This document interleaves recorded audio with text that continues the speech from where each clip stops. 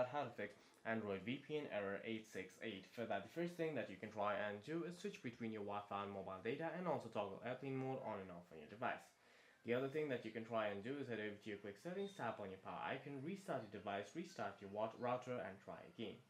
The other thing that you can try and do is head over to Play Store on your device, look for the VPN app that you use by searching for it inside the search bar, and then simply update the VPN app to the latest version.